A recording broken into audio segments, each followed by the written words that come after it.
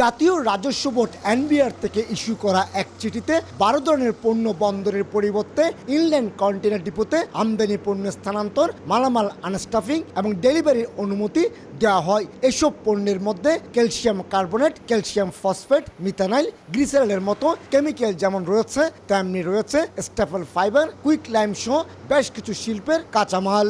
NBR বিভিন্নভাবে যাচাই বাছাই করে রিস্ক ফ্যাক্টর বা বিভিন্ন যে প্যারামিটারগুলো আছে ওগুলো যাচাই বাছাই করে আরও 12টা পণ্যকে নতুনভাবে ইনক্লুশন করেছে। এমনিতে আমদানি করা কেমিক্যাল এবং শিল্পের কাঁচামাল হিসেবে ব্যবহৃত বিপজ্জনক কার্গো নিয়ে চরম ভোগান্তিতে রয়েছে চট্টগ্রাম বন্দর কর্তৃপক্ষ। বছরের পর বছর ডেলিভারি না নেওয়ায় এসব বিপজ্জনক কার্গো বন্দরের জন্য আগুন ও দুর্ঘটনার ঝুঁকি হয়ে উঠেছিল। এই অবস্থায় সব ধরনের পণ্যের ডেলিভারি প্রক্রিয়া অফডকে স্থানান্তরের ব্যবস্থা নিতে জাতীয় রাজস্ব বোর্ডে অনুরোধ জানিয়েছিল চট্টগ্রাম বন্দর কর্তৃপক্ষ। আহ্বান হচ্ছে 100% আইটেম, স্পেসিফিক কিছু আইটেম ছাড়া, যেগুলো খুবই ক্রুশিয়াল আইটেম বা এই ধরনের কিছু ছাড়া সবগুলো আইটেম যেন ডিপো থেকে ডেলিভারি হয়। ফুল কার্গো যদি আমরা পোর্ট থেকে বেরিয়ে যাওয়ার যদি আমাদের সিদ্ধান্ত হয়, সেক্ষেত্রে অবশ্যই আরও অনেক ডিপো আসবে এবং সেটা যদি হয় তাহলে বন্দরের আজকে এই ক্রাইসিসটা থাকবে না।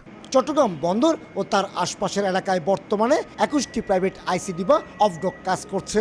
বন্দরের উপর চাপ কমাতে চালু করা হয়েছিল এইসব অফডক। 1996 সালে কার্যক্রম শুরু করা 19টি অফডকের দায়িত্ব দেওয়া হয়েছিল খালি কন্টেনার হ্যান্ডেলিংয়ের। 2000 সালে দায়িত্ব দেওয়া হয় রফতানি পণ্য হ্যান্ডেলিং, আর 2006 সালে 9 ধরনের পণ্য, সবশেষ 2025 সালে আরও 12 ধরনের পণ্য হ্যান্ডেলিংয়ের দায়িত্ব দেওয়া হয়েছে। এখন 21টি অফডককে অন্তত 50 ধরনের পণ্য হ্যান্ডেলিং করতে হবে। তবে প্রশ্ন থেকে যাচ্ছে তাদের সেই সক্ষমতা রয়েছে কিনা। চট্টগ্রাম বন্দরের মোট হ্যান্ডেলিংয়ের 17% সম্পন্ন হয় অফডকগুলোতে।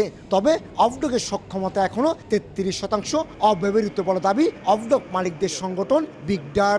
আমরা মনে করি বর্তমানে 21টি অফডক চট্টগ্রাম বন্দরের আমদানিবাহী পণ্যের প্রায় 50% হ্যান্ডেল করতে সক্ষম। বহু বছর ধরে চাইছি যে চট্টগ্রাম বন্দরের মধ্যে থেকে সব ধরনের আমদানি পণ্যের ডেলিভারি বন্ধ করে তা অফডকে নিয়ে আসা হোক। অবশ্য 1.5 বছর আগে বেসরকারি অফডক সীতাকুণ্ডের বিএম ডিপোতে কেমিক্যাল থেকে সৃষ্ট আগুনে ব্যাপক হতাহতের ঘটনা ঘটেছিল।